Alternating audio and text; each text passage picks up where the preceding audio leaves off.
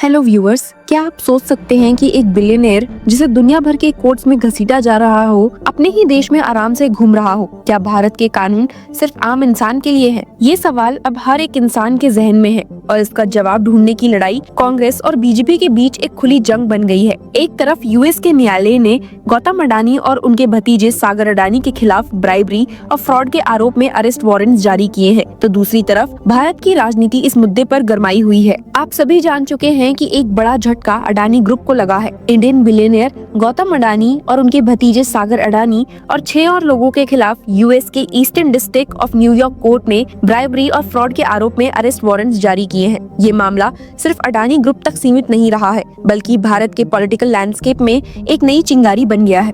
कांग्रेस और बीजेपी के बीच इस कंट्रोवर्सी को लेकर एक खुला मैदान तैयार हो गया है, जिस मैदान में कांग्रेस लीडर राहुल गांधी ने इस मुद्दे को लेकर मोदी सरकार पर सीधा इल्जाम लगाया है। उन्होंने कहा है कि मोदी जी और अडानी साथ हैं, तो अडानी सेफ है। ये दोनों एक दूसरे को प्रोटेक्ट करते हैं। अगर कोई सीएम गलती करे तो वो जेल में जाएगा, पर अडानी 2000 करोड़ का स्कैम करके भी फ्री घूम रहे हैं। आप खुद ही उनकी इस प्रेस कॉन्फ्रेंस की एक झलक देख लीजिए।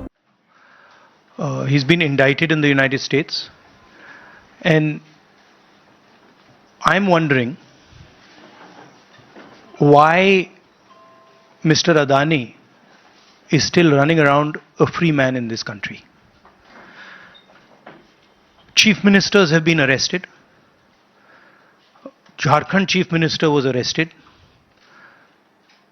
Many people have been arrested, and Mr. Adani has done apparently 2,000 crore scam, multiple others probably, but he's scot free.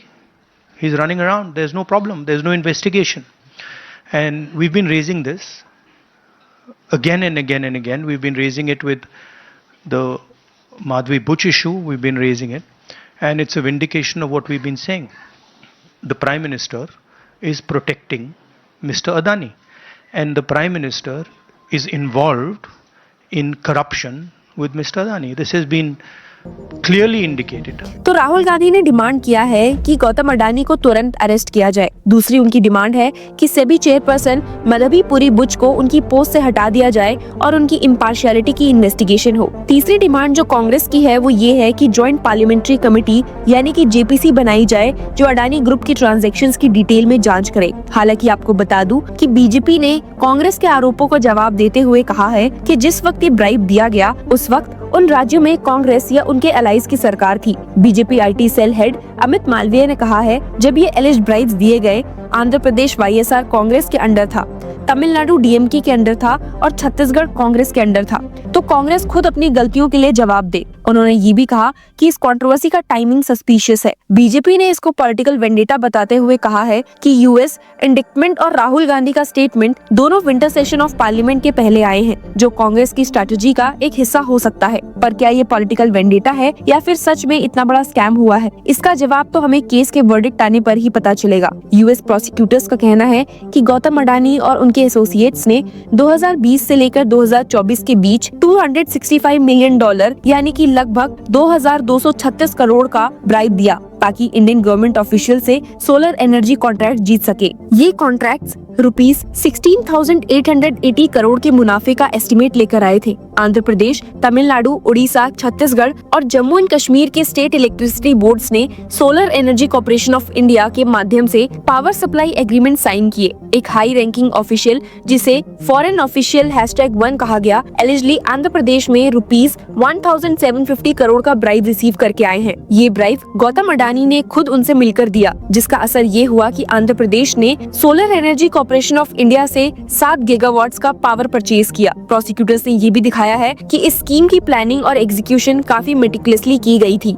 Phones पर ब्राइब की ट्रैकिंग, पावर पॉइंट और एक्सेल फाइल्स में डिटेल प्लान्स और सीक्रेट कोड नेम्स जैसे numero, Uno और the big man का इस्तेमाल किया गया। पर अडानी ग्रुप ने इन सभी एलिगेशंस को निराधार और गलत बताया है। उन्होंने एक स्टेटमेंट में कहा है कि उनके ऊपर जो आरोप लग रहे हैं उनका कोई प्रूफ नहीं है और उनका ग्रुप हमेशा लीगल और एथिकल प्रिंसिपल्स पर काम करता है। इसके साथ ही उन्होंने अपना $600 मिलियन का बॉन्ड इशुएंस सस्पेंड किया है, जो उनकी फंड रेजिंग स्ट्रेटेजी का एक बड़ा हिस्सा था। सिर्फ इतना ही नहीं, अडानी ग्रुप के स्टॉक्स इस कंट्रोवर्सी के बाद मेजर हिट लेकर आए हैं। आम आदमी पार्टी लीडर संजय सिंह ने थर्सडे को बयान देते हुए कहा है कि जिस तरह के घोटालों का खुलासा अब गौतम अडानी के खिलाफ हो रहा है वो भारत के सम्मान पर एक बड़ा दाग है।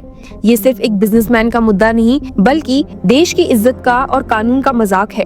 संजय सिंह ने कहा है कि गौतम अडानी और उनकी कंपनी के खिलाफ यूएस प्रोसिक्यूटर्स के ब्राइबरी एलिगेशंस के बाद अब जरूरत है कि अडानी ग्रुप के सारे पेंडिंग केसेस की सुप्रीम कोर्ट की मॉनिटरिंग के नीचे प्रॉपर जांच हो।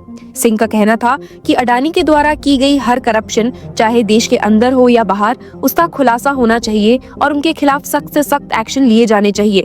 He said all the pending matter against Adani should be probed by an investigation agency under Supreme Court monitoring and all the corruption done by him within and outside the country should come out before the country and action should be taken against him। सिर्फ यही नहीं, संजय सिंह ने गौतम अडानी पर सीधा इल्जाम लगाया है कि उनकी हरकतें देश की इमेज को इंटरनेशनल लेवल पर बिगाड़ रही हैं। अडानी ग्रुप के ब्राइबरी स्कैंडल को लेकर सिंह ने कहा है कि अडानी ग्रुप ने दुनिया भर में भारत की बदनामी की है। ये मैटर सिर्फ एक व्यक्तिगत ब्राइबरी का नहीं है, ये देश के सम्मान पर हमला है। उन्होंने प्राइम मिनिस्टर नरेंद्र मोदी को इस इशू पर जवाब देने के लिए चैलेंज किया है और इल्जाम लगाया कि मोदी जी इस मामले में शांत है। अडानी ग्रुप का ये ब्राइबरी स्कैंडल एक नई वार्निंग है कि ग्लोबल मार्केट में काम करते हुए एथिकल और ट्रांसपेरेंट रहना कितना जरूरी है। क्या मोदी सरकार अडानी को बचाने की कोशिश कर रही है? अगर इस क्वेश्चन पर फिर से विचार किया जाए तो कांग्रेस का ये कहना है कि मोदी गवर्नमेंट जानबूझकर अडानी के खिलाफ एक्शन लेने से कतरा रही है। अगर यूएस में अरेस्ट वारंट जारी हो सकते हैं तो भारत में क्यों नहीं?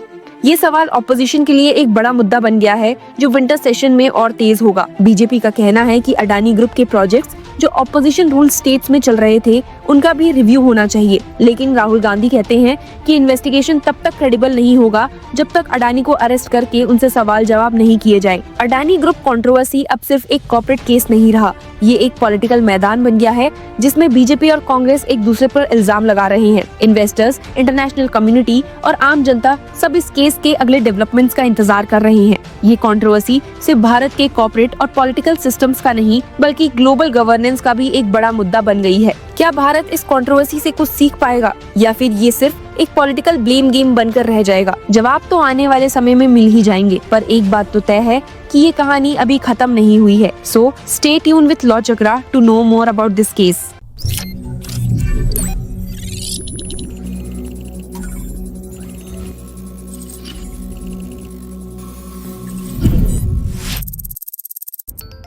AIB क्रैक करना है, लेकिन कैसे करें स्मार्ट स्टडी और इफेक्टिव स्ट्रैटेजीज का यूज? नो स्ट्रेस, हम लेकर आए हैं आपके लिए एक अल्टीमेट सॉल्यूशन। लॉ चक्रा के साथ आपको मिलेगा टॉप नॉच टिप्स और proven techniques specially for AIB और advocate on record Nishant Verma के इनवैल्यूएबल इनसाइट्स के साथ 30 नवंबर को ज्वाइन करिए हमारे एक्सक्लूसिव वेबिनार में, जहां आपको मिलेगा ओपन बुक एग्जाम का सही तरीका और वो सब कुछ जो आपके AIB प्रिपरेशन को बूस्ट करेगा। हर क्वेश्चन का जवाब, लाइव इंटरैक्शन और एक्सपर्ट से अपने डाउट्स क्लियर करने का एक मौका। AIB टफ तो जरूर है, लेकिन राइट गाइडेंस के साथ ये अचीवेबल है। 30 नवंबर हमें ज्वाइन करिए और अपने सपने को एक और स्टेप अपने करीब लाइए।